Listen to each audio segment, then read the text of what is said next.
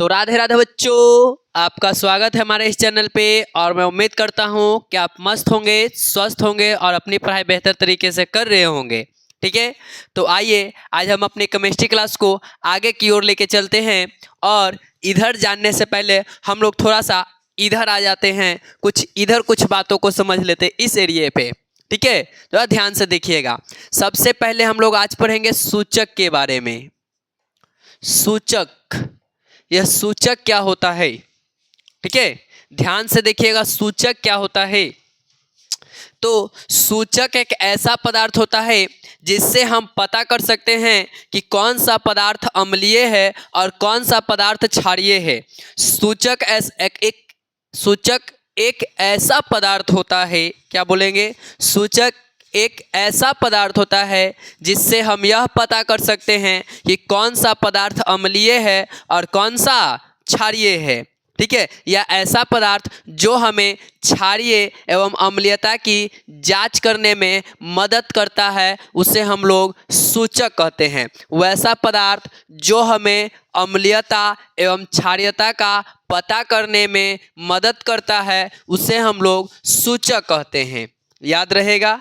जी sir, याद रहेगा। तो जब सूचक के बारे में आपको याद रहेगा तो ये भी याद रखना है कि सूचक दो प्रकार के होते हैं। एक होता है रंगीय सूचक और एक होता है गंधीय सूचक। सूचक दो प्रकार के होते हैं। कितने प्रकार के? दो प्रकार के।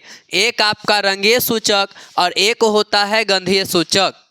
एक रंगीय सूचक और एक गंधीय सूचक। याद रहेगा? जी सर। तो जब याद रहेगा एक रंगीय सूचक और एक गंधीय सूचक, तो इसमें क्या है? तो वैसा सूचक जो रंग में परिवर्तन कर दे। किस में परिवर्तन कर दे? रंग में परिवर्तन कर दे, तो उसे हम लोग रंगीय सूचक कहते हैं। अब वैसा परिवर्तन जो गंध में परिवर्तन ला दे। किस में परिवर्तन? गंध में परिवर्तन ला दे, परिवर्तन ला दे। ठीक है, उसे हम लोग क्या कहते हैं? गंधीय सूचक कहते हैं। क्या? एक बार फिर से। वैसा सूचक जो रंग में परिवर्तन कर दे, रंग में परिवर्तन करे तो रंगीय सूचक, और जो गंध में परिवर्तन करे उसे गंधीय सूचक कहते हैं। ठीक है, वैसा पदार्थ जो अम्ल एवं क्षार के रंग में परिवर्तन कर दे उसे रंगीय सूचक, वैसा पदार्थ जो अम्ल तथा क्षार के गंध में परिवर्तन कर दे उसे हम लोग गंधीय सूचक कहते हैं। ये बातों को आप लोगों को क्या रखना है? ध्यान रखना है। रहेगा? रहेगा? यस सर, रहेगा। तो चलिए अब हम लोग हल्का इधर आ जाते हैं। इधर हम आपके लिए टेबल बनाए हैं, उसमें हम देख लेते हैं। ठीक है, कि क्या क्या होता है रंगीय सूचक और कौन होता है गंधीय सूचक। हम लोग ज़्यादा एग्जाम्पल नहीं लिए, बस 5 गो लिए हैं। देखिए, एक तरफ हम लिखे आपका सूचक, एक तरफ लिखे सूचक का अपना रंग, यानी सूचक जो अपना रंग होता है उसका, उसके बारे में। एक होता है अम्लीय विलयन में रंग या गंध में परिवर्तन। अम्लीय विलयन में रंग या गंध में परिवर्तन, यानी अम्लीय विलयन में डालेंगे, अम्ल का जो विलयन होगा उसमें डालेंगे तो उसके रंग या गंध में परिवर्तन क्या होगा। और क्षारीय विलयन में रंग में या गंध में परिवर्तन, यानी क्षार में डालेंगे तो उसके रंग और गंध में किस तरह परिवर्तन होगा, ये बारे में चर्चा किया गया है। ठीक है, एकदम आराम से पढ़ेंगे, ज़्यादा लेके चलना नहीं है। क्या? एक आपका है सूचक, यानी जो सूचक का काम करता है उसके बारे में। एक है आपके सूचक का अपना रंग, यानी इसका जो अपना ओरिजिनल कलर होता है वो बारे में बताया हुआ है। एक बोला हुआ है कि अम्लीय विलयन में रंग या गंध में परिवर्तन, यानी एक हम डब्बा ले लेते हैं, एक डब्बा ले लेते हैं और एक अम्लीय विलयन इसमें डाल लेते हैं। इसमें हम लोग पारी पारी कर से डालेंगे तो क्या इसमें परिवर्तन होगा वो बताएंगे। अगर एक में हम क्या करते हैं, क्षार ले लेते हैं, क्षार ले लेते हैं तो उसके रंग में और गंध में क्या परिवर्तन होगा इसके बारे में बताना है। जैसे तो सबसे पहले हम लोग आते हैं, आप लोग सबको ही जानते होंगे लिटमस पत्र के बारे में। सबको ही जानते होंगे लिटमस पत्र के बारे में। लिटमस पत्र का अपना 2 रंग होता है, एक होता है नीला रंग और एक होता है लाल रंग। लिटमस पत्र का अपना कितना रंग होता है? 2 रंग। एक होता है नीला रंग का, एक लाल रंग का। लिटमस पत्र 2 ही रंग में आता है, एक नीला और एक लाल। याद रखिएगा। तो अगर नीला रंग को अगर नीला रंग को हम लोग क्या करते हैं कि अम्लीय विलयन में डालते हैं तो वह लाल हो जाता है। कैसा हो जाता है? लाल। देखिए यही बताया हुआ है कि अगर लिटमस पत्र को नीला रंग में डालते हैं तो यह लाल हो जाता है। कैसा हो जाता है? लाल हो जाता है। लेकिन यही हम लाल रंग वाले को अगर अम्ल में डालते हैं तो इसमें कोई भी परिवर्तन नहीं होता है, ये जैसन है वैसने रहेगा, हम चेंजिंग नहीं होंगे। ये कहता है कि देखो बउआ, लाल वाला अम्ल में जाएंगे तो हम चेंजिंग नहीं होंगे, हम जैसे हैं वैसे रहेंगे, कोई चेंजिंग नहीं, हम गिरगिट नहीं बनेंगे।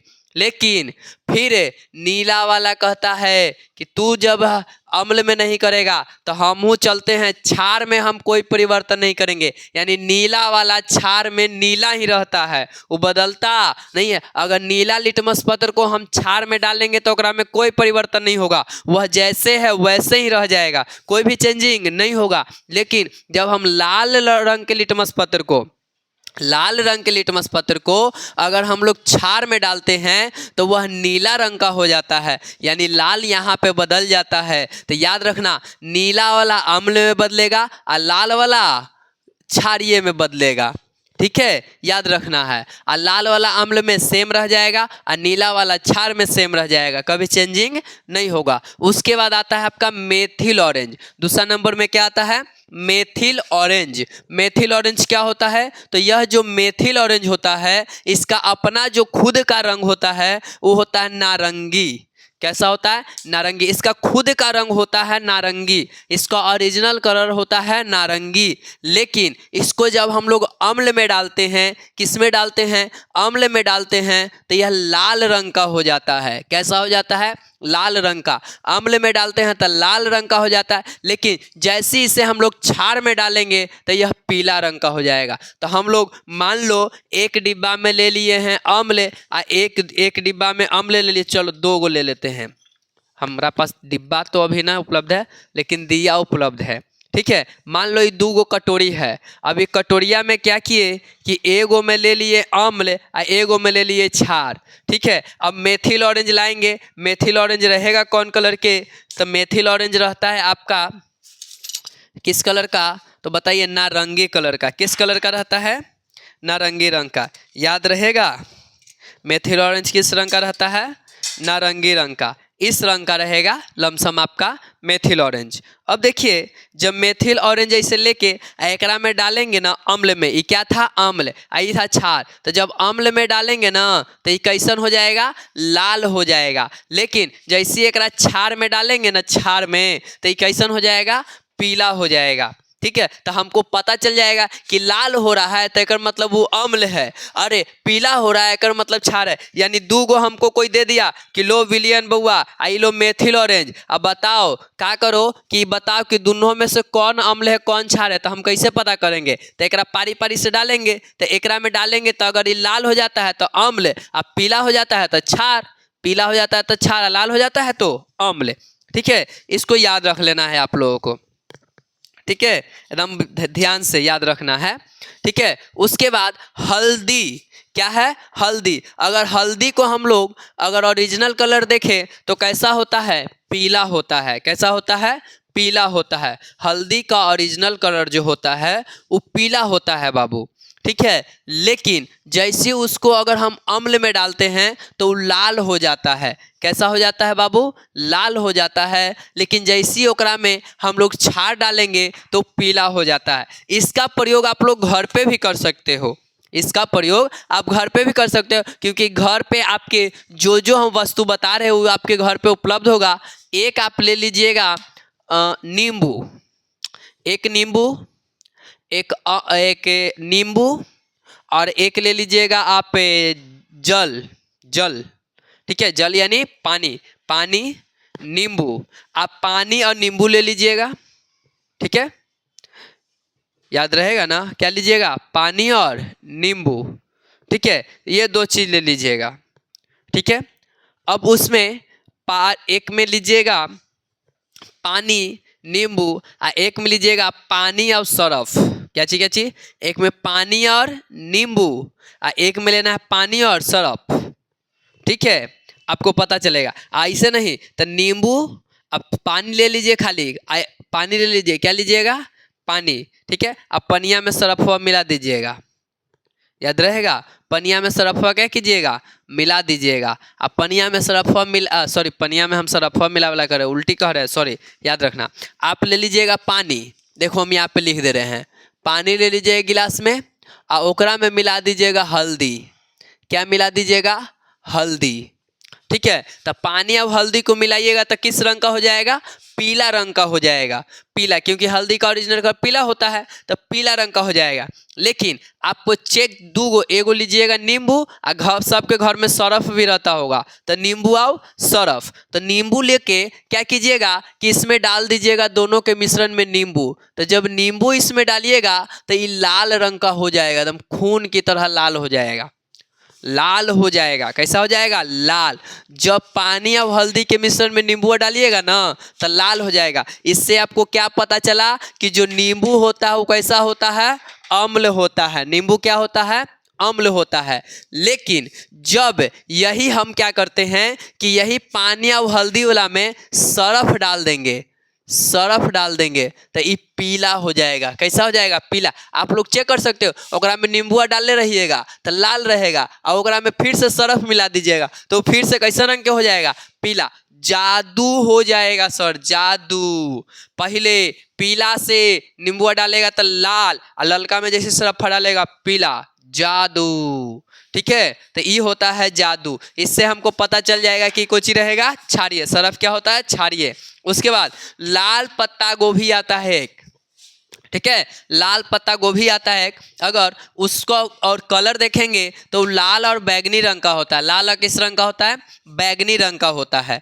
ठीक है, लाल और बैगनी रंग का होता है। इसमें अगर इसको हम अम्ल में डालते हैं तो इसमें कोई परिवर्तन नहीं होता है, जैसा नहीं दिखता है वैसने रह जाता है। अम्ल में डालेंगे, अम्ल में चेंजिंग नहीं होता है, कहता है अम्ल है, ठीक है, थोड़ा साथ है दम दम एक से जैसन मिल के रहेंगे, कोई चेंजिंग नहीं होंगे। लेकिन जैसी चल जाएगा ई कोची में, छार में, तो कहेगा हम तोरा साथे रंग बदलेंगे। कौन रंग?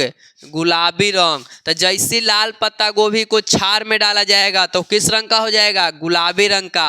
और अम्ल में ही कहता है कि ना तोरा साथे रंग चेंज नहीं करेंगे, तोरा साथे एकदम मिलजुल के रहेंगे, जैसन तू वैसन हम अपन रंग में जैसन है वैसने रहेंगे, चेंजिंग नहीं करेंगे। लेकिन इस छड़वा के साथ हम रंग बदलेंगे, रंग बदलेंगे। कौन रंग? गुलाबी रंग।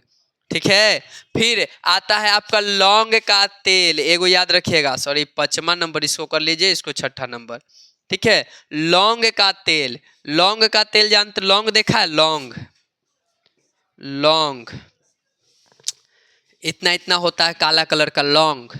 ठीक है, लौंग का तेल, उसका तेल, लौंग नहीं लेना है, लौंग का तेल लेना, उसको पिसा हुआ तेल। उसमें एक विशेष प्रकार की धमक मारती है, यानी एक गंध होती है। जब उसके तेल को लोगे ना तो सूंघोगे ना तो अलग प्रकार का आपको सुगंध आएगा। ठीक है, उसको अगर अम्ल में डालेंगे तो कोई परिवर्तन नहीं होगा, जैसन उसका पहले से है वैसने परिवर्तन रहेगा, कोई परिवर्तन नहीं होगा। न इसका अम्ल में परिवर्तन होता है, न क्षार में परिवर्तन होता है, दोनों में सेम रहता है। कहता देख भाई हम लौंग के तेल ही आओ, हमरा में अम्ल भी डालेगा तो हम रंग में गंध में परिवर्तन नहीं करेंगे, और क्षार भी डालेगा तो हम गंध में परिवर्तन नहीं करेंगे, जैसन है वैसने रहेंगे, कोई अथी नहीं बदलेंगे। तो कोई कोई ऐसा भी होता है। लेकिन आपके घर में प्याज भी होगा, आपके घर में क्या होगा? प्याज। क्या होगा? प्याज। तो जब प्याज को देखते हो तो उसका एक विशेष प्रकार का गंध होता है प्याज का। आप घर में सबके यहाँ प्याज होता होगा, तो प्याज में अनेक प्रकार का क्या होता है? गंध होता है। तो एक विशेष प्रकार का गंध होता है प्याज में, ठीक है। लेकिन उसको जब अम्ल में डालेंगे तो इस गंध में परिवर्तन नहीं करेगा, अम्ल कहेगा हम जैसन है वैसने रहेंगे, कोई परिवर्तन नहीं करेंगे। लेकिन जैसे उस प्याज को हम लोग छार में डालेंगे ओकर गंधवे समाप्त हो जाएगा, कहेगा ले कोई सूंघते रहो, पता नहीं चलेगा कि कैसे कहाँ है प्याज, ओकर गंधे समाप्त हो जाएगा। हम लोग किसी भी चीज़ को कब पकड़ते हैं, जब उसका गंध होता है, महक होता है। लेकिन जैसे ही ओकरा छार में डालेंगे वो पत्ते नहीं चलेगा कि छार है कि कोची है, वो गंध समाप्त हो गया। तो जेकरा में समाप्त हो जाएगा वो छार, और जेकरा में समाप्त नहीं होगा वो अम्ल। तो देख लो दो प्रकार के, इधर रंग वाला बता रहे थे, इधर नीचे दो गो कोची वाला बताए हैं, गंध वाला। तो सूचक दो प्रकार के होता है, गंध एक गंधीय एक रंगीय। तो इसको याद रखना है। तो इसका स्क्रीनशॉट लीजिएगा तो जल्दी ले लीजिए। चलिए आप लोग स्क्रीनशॉट ले लिए हो तो हम आगे की ओर आपको बढ़ा दिए हैं। आगे की ओर हम अब लोग देखते हैं कि कौन से पदार्थ में कौन सा अम्ल पाया जाता है। जैसे में कुछ इंपॉर्टेंट बातों को हम लोग लिख दिए थे। जैसे पहला में मैंने सिरका लिखा, दूसरा में दही, तीसरा में नींबू, चौथा में इमली। उसी प्रकार आपको कुछ बातों को मैंने इसमें दे दिया है, ठीक है। इधर 10 और 11, 10 और 11, ठीक है। बस इतना याद करना, इससे ज़्यादा एग्जाम में नहीं आएगा। सबसे पहला होता है सिरका। सिरका को ही हम लोग विनेगर भी कहते हैं। आपको बोलेगा सिरका में कौन सा अम्ल पाया जाता है, तो एसिटिक अम्ल। कौन अम्ल? एसिटिक अम्ल। सिरका में अगर बोलेगा कौन सा अम्ल पाया जाता है, तो एसिटिक अम्ल। कौन अम्ल? एसिटिक अम्ल सिरका में। दही में बोलेगा तो लैक्टिक अम्ल। कौन अम्ल? लैक्टिक अम्ल। दही में कौन अम्ल? लैक्टिक अम्ल पाया जाता है। किसमें? दही में हम लोगों का कौन सा अम्ल पाया जाता है? लैक्टिक अम्ल पाया जाता है। नींबू और संतरा में, नींबू और संतरा में बोलेगा तो साइट्रिक अम्ल। कौन अम्ल? साइट्रिक अम्ल। नींबू एवं संतरा में साइट्रिक अम्ल, ठीक है, याद रखना। नींबू एवं संतरा में साइट्रिक अम्ल बोलेगा।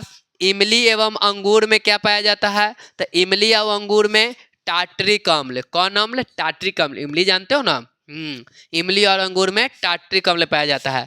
लाल चींटी और मधुमक्खी के डंक में, लाल जो चींटी होता है ना, चींटी के जो पीछे देखना, पीछे इतना वो इसे फूला रहेगा, ओकरा में, ठीक है, उसमें। और मधुमक्खी के डंक में जो पीछे ओकरो लगा रहता है, तो मधुमक्खी के डंक में और लाल चींटी के डंक में फॉर्मिक अम्ल पाया जाता है। यही फॉर्मिक अम्ल वैसे वैसे मारता है ना तो अंदर जाता है ना तो लहरता है, फूल जाता है, ठीक है। फिर सेब, सेब में कौन सा अम्ल पाया जाता है? मौलिक अम्ल। कौन अम्ल? मौलिक अम्ल। सेब में मौलिक अम्ल पाया जाता है। टमाटर में आपसे पूछे कि कौन सा अम्ल पाया जाता है, तो ऑक्जेलिक अम्ल। ऑक्जेलिक इसको पढ़ते हैं, ऑक्जेलिक अम्ल, या ऑक्सैलिक भी अम्ल आप पढ़ सकते हैं, ऑक्सैलिक अम्ल, ठीक है। मानव पेट में यानी हमारे पेट में, हम लोगों के पेट में कौन सा अम्ल पाया जाता है, तो हाइड्रोक्लोरिक अम्ल। कौन अम्ल? हाइड्रोक्लोरिक अम्ल। हाइड्रोक्लोरिक अम्ल। चाय, चाय, चाय पीने, जो चाय पीते हो नहीं, चाय पत्ती, चाय मतलब यहाँ चाय पत्ती का बात हो रहा है। चाय में कौन सा अम्ल पाया जाता है, तो टैनिक अम्ल। कौन अम्ल? टैनिक अम्ल। चाय में कौन सा अम्ल पाया जाता है? टैनिक अम्ल पाया जाता है चाय में।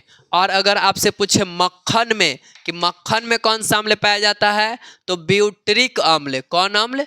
ब्यूट्रिक अम्ल। मक्खन में कौन सा अम्ल?